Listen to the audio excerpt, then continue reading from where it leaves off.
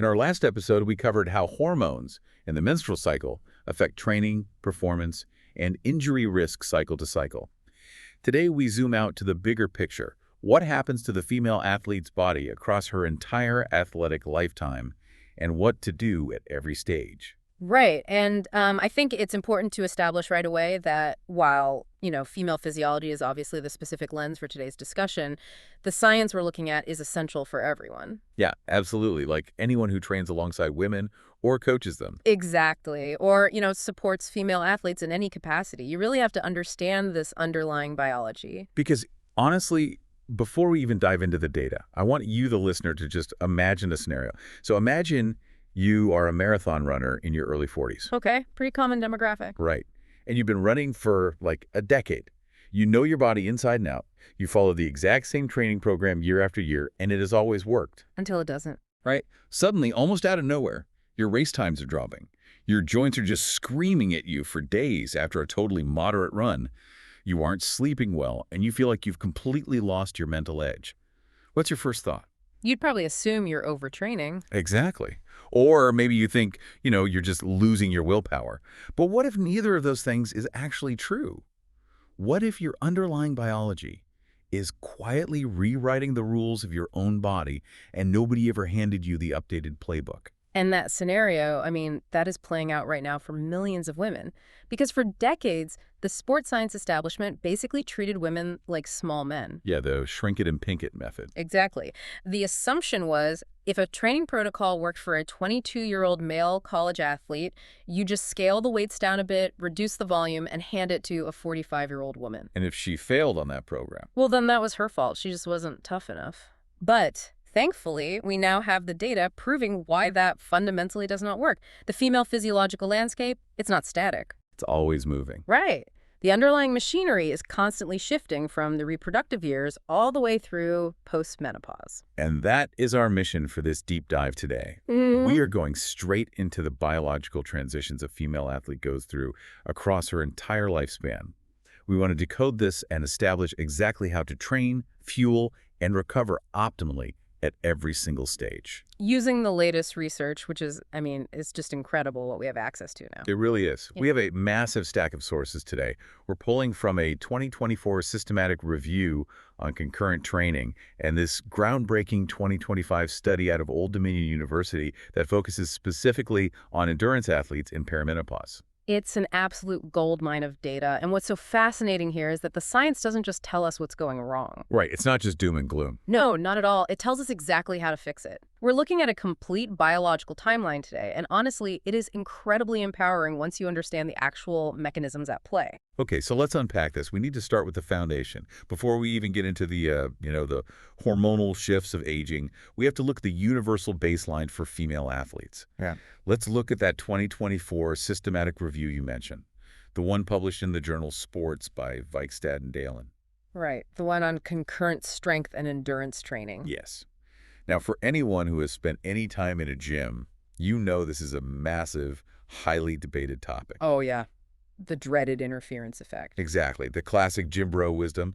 The idea is that if you do cardio, it's going to kill your gains in the weight room. Right, that your body can't handle both. Yeah. And on the flip side, if you lift heavy, it's going to make you too bulky and ruin your endurance. It's this pervasive idea that you have to pick a lane. You're either a runner or you're a weightlifter. And to be fair, that idea comes from early studies that were conducted almost exclusively on young men. Ah, of course. And in male physiology, there actually is some truth to the interference effect. When a man does a heavy, high-volume endurance session, it triggers certain metabolic pathways that can actually blunt the specific protein synthesis needed to build large muscle mass. So the cardio literally interferes with the muscle building. Exactly, for men. But what Vikstad and Dalen found when they systematically reviewed the data on active females, it completely flips that script. Wait, really? So what did they actually find? Because there are so many women listening who love running but want to be strong, and they feel like they're constantly compromising. They found that women can successfully train for both endurance and strength simultaneously, and one does not ruin the other. No way. So the whole cardio kills your gains thing is just wrong. For women, mostly yes. The endurance exercise, particularly when it's performed at lower frequencies or volumes, does not interfere with strength performance in active females. The classic interference effect is largely overstated for women. In many cases, it's entirely non-existent. That is wild. The old rule just straight up doesn't apply to female physiology in the same way. Not in the way we thought. And if we connect this to the deeper biology, the why becomes really clear. Female physiology is just uniquely suited to handle concurrent training. How so? Like, what's different at the muscle level? Well, women generally have a higher proportion of type I muscle fibers. These are your slow twitch fibers, and they are highly, highly fatigue resistant. So they can just keep going. Exactly. Because of this, women actually recover faster between bouts of exercise than men do. The aerobic fatigue from a run or, say, a cycling session doesn't drain the neuromuscular system to the point where it ruins a heavy lifting session the next day. So the female body is just metabolically flexible enough to handle both stimuli. Precisely. I'm trying to visualize this. It's almost like building a hybrid car. Oh, I like that. Right. Because in the old days of the interference effect, people thought you had to choose. You either build a gas-guzzling muscle car with a massive engine, or you build a tiny, hyper-efficient electric car that can go forever but has absolutely no horsepower. Yeah, you had to pick one or the other. But a female athlete's body is naturally a high-performance hybrid. You don't have to choose between the electric battery and the gas engine. If fueled correctly, you have the endurance to go the distance and the horsepower to lift heavy. That is a brilliant way to look at it. You are a hybrid. And from a physiological standpoint, regardless of your specific sport, whether you're an ultramarathoner, a competitive CrossFitter, or just someone training for long-term health and longevity, maintaining a foundation of strength training is non-negotiable for a female athlete. And the endurance work won't destroy that strength foundation. Exactly. So what does this mean for someone listening right now, if they want to put this blueprint into action? Well, the first thing is recognizing what is happening biologically. Your body responds incredibly well to concurrent training. So you'll literally notice improvements in both your endurance capacity and your absolute max strength when you combine protocols. That's the dream, right? Getting better at both. So what should they actually do? Keep a solid foundation of heavy strength training in your weekly routine, regardless of your primary sport. And what should they avoid? Avoid believing that you have to exclusively pick just one training modality to see physiological adaptations. You do not have to limit yourself. That is a massive paradigm shift. Okay, so we have our baseline. You are a hybrid engine. Yeah. But as we know, the female biological landscape doesn't stay static forever. Which brings us to topic 2, the reproductive years. Right. And to briefly touch on our last deep dive, we know that cycle-aware training works. When you're in your reproductive years, your hormones are cycling monthly. Estrogen and progesterone going up and down. Exactly. They rise and fall in a rhythmic pattern, and consistent fueling to support those fluctuations is paramount. But, the research gets really interesting and, honestly, a bit murky when we look at these huge meta-analyses across broad populations. Yeah, the big data sets. Right. Because some of the big data sets suggest that the menstrual cycles phase has only a trivial effect on peak performance.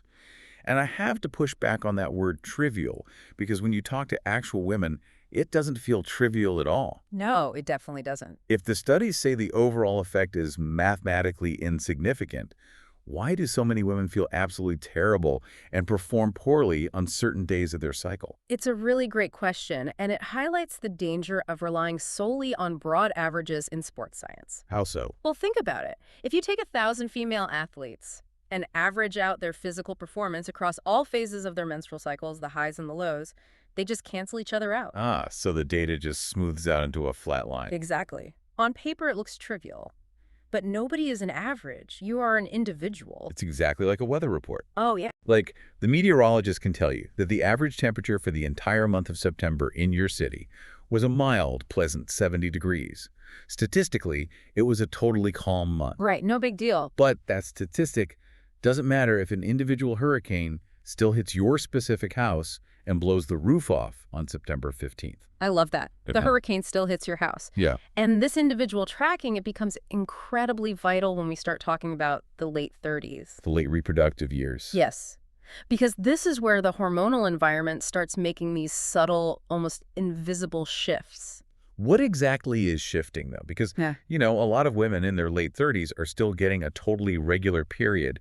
They look at the calendar and think everything is functioning exactly as it did when they were 25. Outwardly, yes, the cycle might look completely regular, but underneath, the communication between your brain and your ovaries starts to get a little bit staticky. Yeah, your ovarian reserve is naturally changing. The amplitudes of those hormone spikes, like the actual amount of estrogen and progesterone being produced, can start to vary. It's not a cliff you fall off. It's a very gradual alteration in your baseline. And what are the physical consequences of that staticky communication for an athlete? You might start to notice slightly longer recovery times after a hard workout. Like a high-intensity interval session that used to take you 24 hours to bounce back from might suddenly leave you feeling completely depleted for 2 days. Wow, just from a subtle shift. Yeah, you might experience mood shifts that feel completely new, or you might notice changes in your menstrual bleeding. And this is where the iron and ferritin piece of the puzzle comes in, right? Mhm. Because the sources heavily emphasize monitoring ferritin closely during this phase. Why is that specific marker so critical for someone who is active? Well, because heavier or more irregular bleeding can sometimes occur during this late reproductive transition, and when you lose blood, you lose iron. Ferritin is the protein that stores iron in your cells. If your ferritin drops, your body's ability to produce hemoglobin, which is the protein in your red blood cells that carries oxygen to your muscles, is severely compromised. And if you're an athlete, especially an endurance athlete, oxygen delivery is the entire name of the game. Without sufficient iron, your cellular respiration just tanks. You literally feel like you're breathing through a straw. Precisely. You will feel heavy, lethargic, and your performance will plummet. Okay, so what does this mean for someone listening right now who might be in this stage? What's happening is your baseline hormones are still cycling, but early, invisible shifts are beginning. You might recognize it through those subtle cycle irregularities, slightly longer recovery times, or mood shifts. So what should they do? Track your individual cycle to understand your personal baseline and monitor your iron and ferritin closely. And what should they avoid? Avoid ignoring these subtle changes. Don't just assume you are getting lazy or naturally losing your edge. Ugh, losing your edge. I hear that phrase so much. Athletes hitting 39 or 40 and internalizing this massive sense of guilt, thinking they just don't have the willpower or the drive anymore. It's heartbreaking, really. It is. Which brings us to what is arguably the most critical part of today's deep dive, the phase that follows those late reproductive years. Topic 3, perimenopause. The sneaky stage nobody warned you about. Sneaky is the absolute best word for it. It is the great masquerader of the female lifespan. Let's look at that 2025 study out of Old Dominion University, led by researchers like Dr. Heather Hamilton.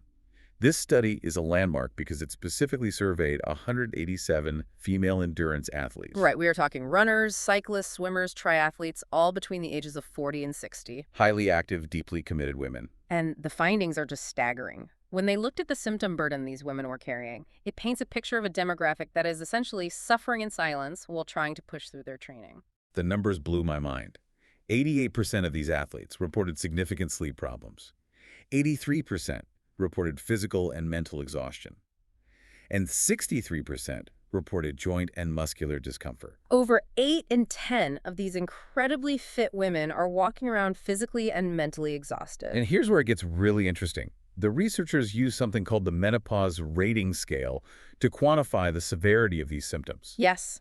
And they found that the perimenopausal athletes actually reported higher overall symptom severity scores than the postmenopausal women. Wait. I really want to make sure I heard that right. The transition phase perimenopause is actually worse symptomatically than the final destination of postmenopause. Yes, significantly worse. How is that possible? It all comes down to stability. Postmenopause, while it definitely comes with its own challenges, is a stable hormonal environment. The hormones are low, but they are consistently low. The body can adapt to a stable state. Exactly. Perimenopause, on the other hand, is characterized by wild, erratic hormonal fluctuations. It is a complete endocrine roller coaster. So what exactly is happening on that roller coaster? Well, your brain is still trying to signal your ovaries to produce hormones, but the ovaries are becoming less responsive. So the brain yells louder, pumping out more stimulating hormones. Oh, wow.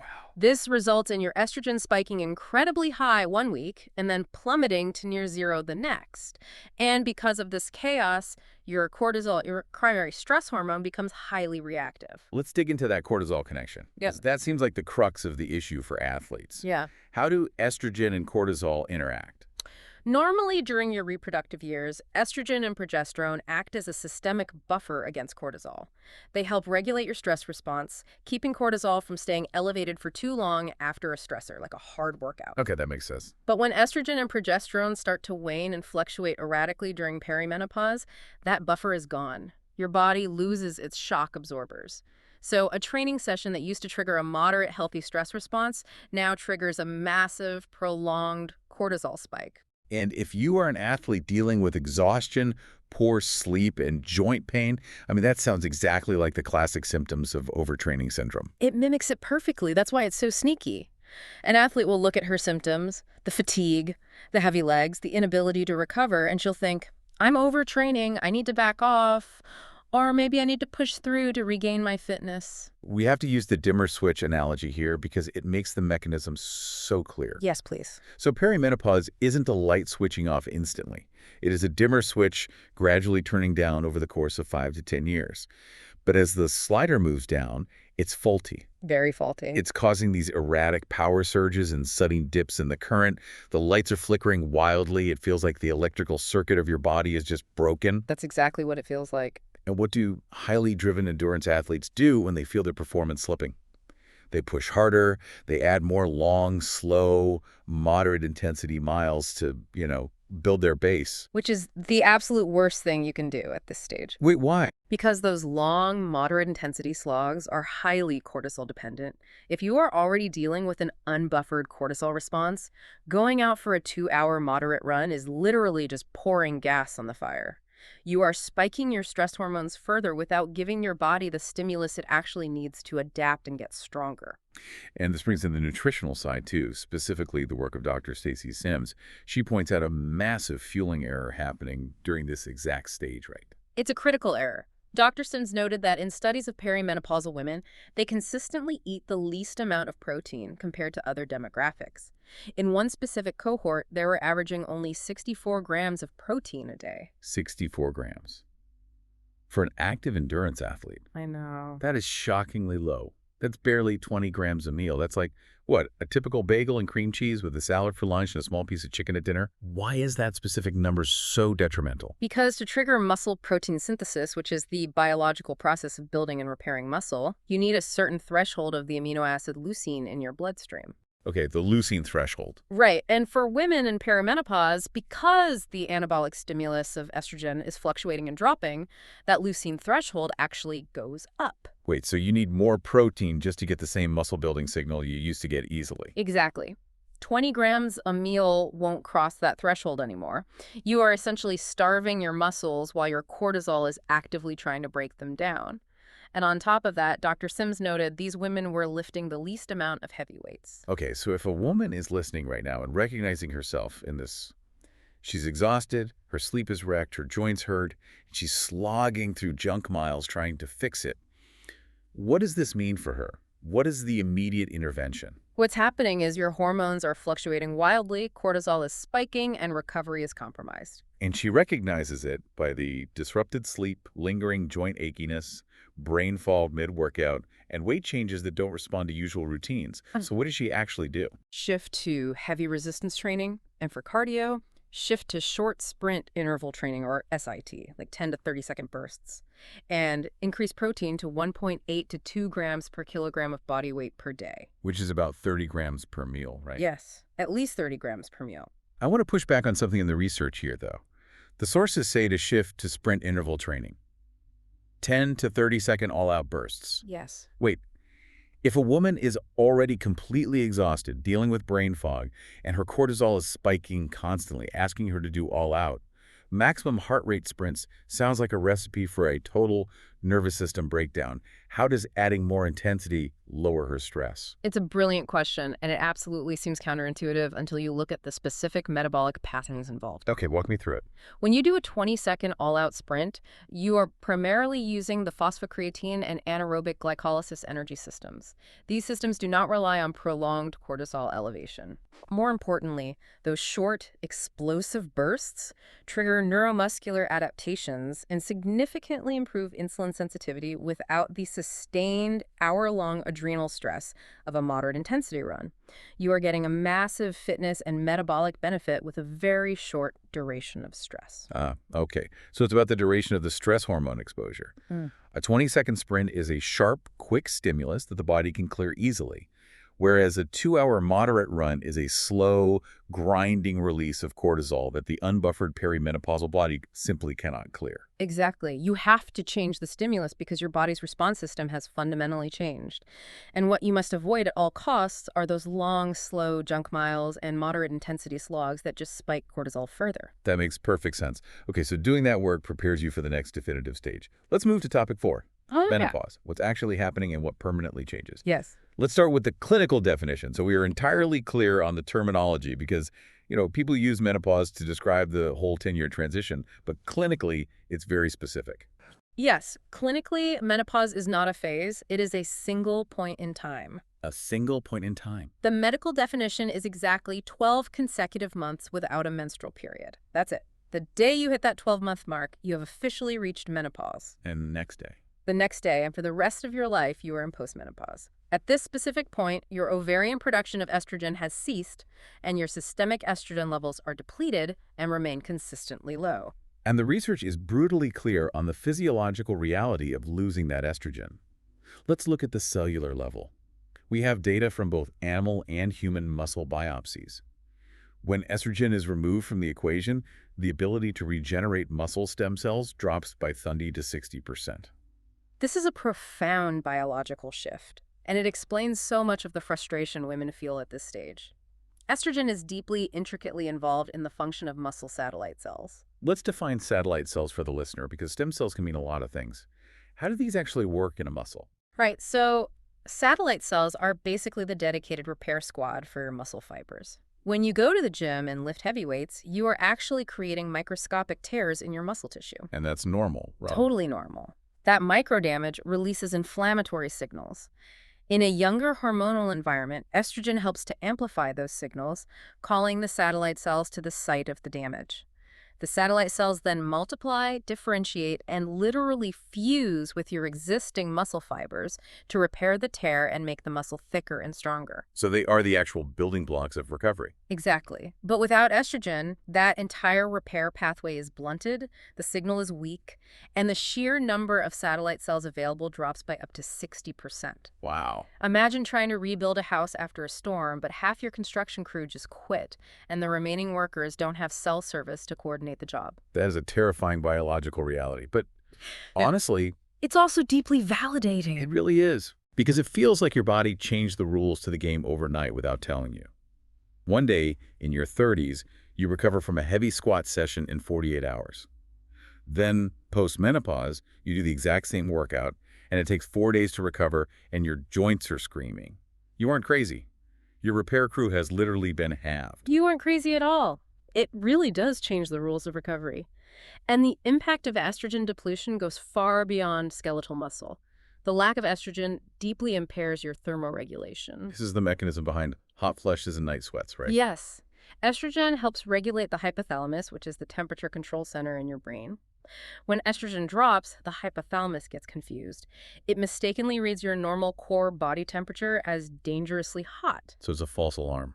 Basically, yes. So it triggers an emergency cooling response. Your blood vessels dilate rapidly, you flush, and you sweat profusely to dump heat that you didn't actually need to dump. That sounds incredibly disruptive, especially if you are an athlete trying to perform in the heat. But there is another massive systemic shift that occurs, and it has to do with metabolism. Estrogen helps regulate insulin. When it's gone, your insulin sensitivity drops. Your body becomes much less efficient at handling carbohydrates, leading to shifts in body composition. Specifically, an increase in visceral fat. And I want to push you on this because we need to explain this metabolic reality honestly without falling into toxic diet culture tropes. So often, the conversation around menopause and weight gain is framed around losing your bikini body or getting your pre-baby waist back. It is infused with so much shame. Let's reframe this entirely around metabolic health. Why does the fat storage location change, and why does it actually matter? I completely agree. We have to strip the aesthetics out of this conversation. This is purely about endocrine health. During your reproductive years, estrogen directs your body to store excess energy as subcutaneous fat, which is fat just under the skin, typically around the hips, thighs, and glutes. And that's safe, right? Yes, this is a metabolically safe, healthy place to store energy. But when estrogen is gone, the body shifts its fat distribution pattern. It starts storing fat in the abdominal cavity, wrapping it around your internal organs. This is visceral fat. And visceral fat isn't just a passive energy reserve. It's practically an endocrine organ itself, isn't it? Exactly. Visceral fat is highly metabolically active. It secretes inflammatory cytokines directly into your bloodstream. It increases systemic inflammation and significantly raises your cardiovascular risk. So if a woman notices her midsection thickening post-menopause, she isn't doing anything wrong or failing on her diet. Her metabolic environment has fundamentally changed the blueprint of where it puts energy. So summarizing this for someone listening right now, what is happening is estrogen's protective muscle-building effects are gone, changing your metabolic and recovery environment. You recognize it by hot flushes, night sweats, and noticing that muscle is much harder to build and much easier to lose. Which is incredibly frustrating. Very. So what do? Because you can't just accept a 60% drop in recovery capacity. You don't accept it, you engineer around it. Make strength training your absolute highest priority to artificially create the muscle stimulus that estrogen used to provide. Train heavy 2 to 3 times a week. And what do they avoid? Avoid doing the exact same training protocol you did in your 20s, expecting the exact same results. I love that framing so much. You have to artificially create the stimulus that your hormones use to provide for free. It puts the control back in your hands. Right. Which leads us perfectly into topic 5, post-menopause. And I want to heavily emphasize why this stage can be incredibly powerful. Yes, let's completely reframe postmenopause because society and historically even the medical community often paints this stage as an inevitable, sad decline into frailty. Yeah, the narrative is that you just wither away. Right. But the sports science tells a completely different, incredibly triumphant story. The research shows that active postmenopausal women who train intelligently dramatically outperform sedentary younger women on nearly all health and fitness metrics. We have a comprehensive network meta-analysis of exercise interventions that proves this definitively. When postmenopausal women engage in high-volume, heavy-load resistance training, and we are talking 60 to 80% of your one-rep max, so legitimately heavy lifting, it entirely prevents the onset of sarcopenia, which is age-related muscle loss, and osteoporosis, which is bone loss. Let's talk about the bone aspect, because osteoporosis is a massive fear for older athletes. Right. How does heavy lifting actually prevent bone loss? I mean, it seems like heavy weight would be dangerous for brittle bones. It's a biological process called mechanotransduction. Bones are not dead, dry sticks. They are living, dynamic tissue. When you put a heavy barbell on your back and squat, your muscles pull violently against the bone. Okay, I'm with you. That mechanical load literally sends a chemical signal to the bone cells telling them we are under extreme stress, we need to reinforce the structure. The bone responds by laying down more density, absorbing calcium to make itself thicker and stronger. If you don't provide that heavy mechanical load, the body assumes the bone doesn't need to be strong and it slowly leaches the minerals away. So lifting heavy is literally feeding your skeleton. That's amazing. And let's look at the cardiovascular system, because that changes too. Estrogen used to help regulate heart rate and blood pressure by keeping the arterial walls compliant, flexible, and young.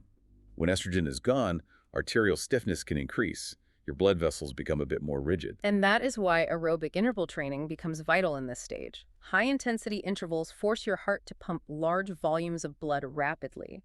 This pushes blood through the vessels forcefully, which triggers the release of nitric oxide in the endothelial lining of the arteries. And what does nitric oxide do? Nitric oxide dilates the blood vessels, improving arterial circulation and autonomic balance. It literally keeps the cardiovascular system young and elastic. Okay, but let's be real for a second.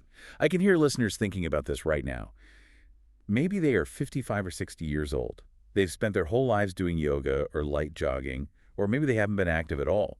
They hear 60 to 80% of your one-rep max, and they think, is it ever too late to start lifting heavy if you're already in this stage? It is absolutely never too late. The physiological response to mechanical load does not have an expiration date. I like to think of it like a retirement savings account. Ooh, good analogy. The best time to start investing in your bone density and muscle mass was 20 years ago, but the second best time is today. And the beautiful thing about heavy lifting is that the compound interest pays out almost immediately in bone density. That is spot on. The neuromuscular system adapts very quickly to novel stimuli, regardless of your age. In the first few weeks of lifting heavy, your brain gets vastly more efficient at recruiting the muscle fibers you already have. You will get stronger almost immediately, even before new muscle tissue is built. And that bone density preservation starts from day one. So what does this mean for someone listening right now? The hormonal dust has settled, but bone density and muscle mass naturally want to decline. You recognize it because you are fully in the postmenopausal stage and notice changes in strength or bone integrity if you aren't actively loading them. So what to do?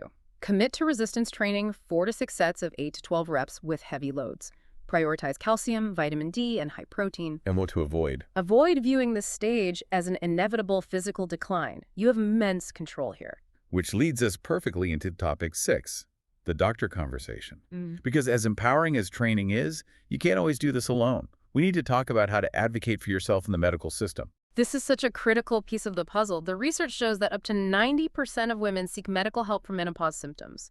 90%. Almost everyone. Yet it remains vastly underdiagnosed and misunderstood, especially for highly active women and athletes who might be in their late 30s experiencing early perimenopausal symptoms. Why is that? Why are highly educated doctors missing this in athletes? Because of a deeply ingrained medical bias. Our medical system is largely built around treating disease in sedentary populations. When a highly fit, muscular woman walks into a clinic running 30 miles a week with a resting heart rate of 50 beats per minute, the immediate visual assumption from the practitioner is that her outward fitness equals perfect systemic health. Right. They see a fit person and think she's fine. Exactly. If she complains of crushing fatigue, brain fog, or joint pain, she's rarely asked about her menstrual cycle or perimenopause. She's often told she's just training too hard, she needs a rest day, or the classic, you're just getting older. Which is incredibly dismissive. But medical support can be a massive game changer here, specifically when we look at hormone replacement therapy, or HRT. Yes, HRT is supported by a robust and growing body of evidence, especially when started early in the transition.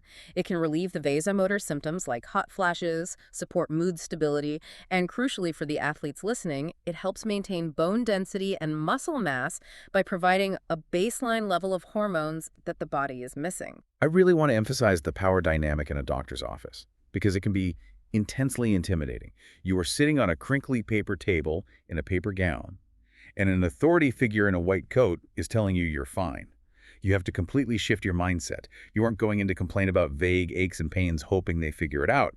You are an athlete demanding a status report on your specific physiological machinery. That's a great way to put it. You're the CEO of your body, and you're asking your medical consultant for the data. If they won't run the labs, you ask them to document in your chart that they refused. That is exactly the energy you need to bring to the appointment. You cannot be passive. So what does this mean for someone listening right now? What is happening is medical professionals may brush off symptoms of highly fit women, assuming their fitness equals perfect health. You recognize it when you feel dismissed, when you mention that your recovery performance is tanking. So what do? Explicitly ask for hormone panels, ferritin checks, and bone density screenings. Discuss the risks and benefits of HRT with a qualified sports medicine doctor or endocrinologist. And avoid accepting you're just getting older Yeah. as a complete medical diagnosis. Exactly. Okay, let's pivot to topic 7. We've talked extensively about the physical body, the muscles, the bones, the cardiovascular system, the ovaries. But we have to talk about mental and emotional performance. Because estrogen doesn't just act from the neck down. No, it absolutely crosses the blood-brain barrier. Let's look back at the psychological data from that Old Dominion University athlete cohort. The prevalence of emotional symptoms was incredibly high and, frankly, heartbreaking. Anxiety was reported by 72% of the athletes, irritability at 68%, and depressive moods at 67%. Think about that. More than 2/3 of these tough, gritty endurance athletes, women who routinely push through physical pain to cross finish lines, are dealing with major, debilitating mood disruptions. And we need to be crystal clear on the underlying science here. These are not signs of mental weakness. They are not character flaws. They are direct physiological symptoms driven by altered neurotransmitter activity. How does that work in the brain? Well, estrogen directly interacts with serotonin and dopamine receptors in the brain. Serotonin regulates your mood, your sense of calm, and your sleep. Dopamine regulates your motivation, your drive, and your reward center. When estrogen drops and fluctuates wildly during perimenopause, your brain chemistry is literally altered. The receptors aren't getting the stimulus they expect. This is so important because athletes are heavily conditioned to tough it out. That is the athlete ethos. If you're physically tired, you push harder. If you're feeling anxious, you go for a 10-mile run to clear your head and sweat it out. Which backfires completely here. Right. Trying to willpower your way through a severe, hormonally driven neurotransmitter drop is like trying to drive a car with no oil in the engine by just pressing the gas pedal harder. You can push as hard as you want, but the mechanics are fundamentally compromised. You are just going to destroy the engine. Exactly. You cannot outwork a biological chemical shift. Your brain is structurally adjusting to a new hormonal reality, and that takes time and specific support. So what does this mean for someone listening right now? The brain is physically reacting to the lack of hormonal buffering. You recognize it by brain fog, sudden losses of competitive drive, and out-of-character anxiety. So what you need to do is adjust your training expectations during these windows. Give yourself grace. And avoid telling yourself you've lost your mental toughness or that you're just stressed. Treat it as a biological signal, exactly the same way you would treat a sprained ankle. Treat it as a biological signal, yes. Tying all this incredibly complex biology together, the neurotransmitters, the cortisol spikes, the recovery drops, it can feel overwhelming to track manually. So how does something like FitPA actually help with all of this on a daily basis? The hormonal shifts happening at every stage of your life create real, measurable physiological signals that show up in your wearable data. HRV changes, sleep disruptions, elevated resting heart rate, shifts in recovery scores. FitPA's AI coach reads those patterns in real time and adapts your training accordingly, so your plan responds to your actual biology even when you don't yet have a name for what's happening. It meets you where your biology is that day, without judgment. Okay, this has been an incredibly dense, fascinating journey through the female athlete's lifespan. Before you go, here's your cheat sheet for this week. Let's run through the timeline one more time. For your training blueprint, lift heavy and don't fear concurrent training. For your reproductive years, track your cycle, watch your iron. For perimenopause, swap the junk miles for heavy lifting and 30-second sprints. Hit 30 grams of protein a meal. For menopause, remember you're compensating for a 30 to 60% drop in muscle stem cell regeneration. Heavy resistance training is non-negotiable. For postmenopause, feed your bones and muscles with load, vitamin D, and calcium. For the medical side, ask your doctor for ferritin and bone density tests. And finally, for the mental side, treat brain fog as a biological signal, not a character flaw. That is the complete manual. But if we connect all this research to the bigger picture, it leaves us with one really provocative final thought. We constantly hear about unexplained performance plateaus or overtraining syndrome in female athletes. But what if decades of female athletes were never actually overtrained? What if they were simply hitting the hormonal transition of perimenopause without the fueling and training adjustments required, and the sports science world just mislabeled their biology as a failure of willpower? Wow, mislabeled biology. That completely flips the script on how we view female athletic longevity. We have so much more power over our training and our health than we've been told. Keep questioning the old rules, stay curious, and tune in for the next deep dive in the She's Built Different series.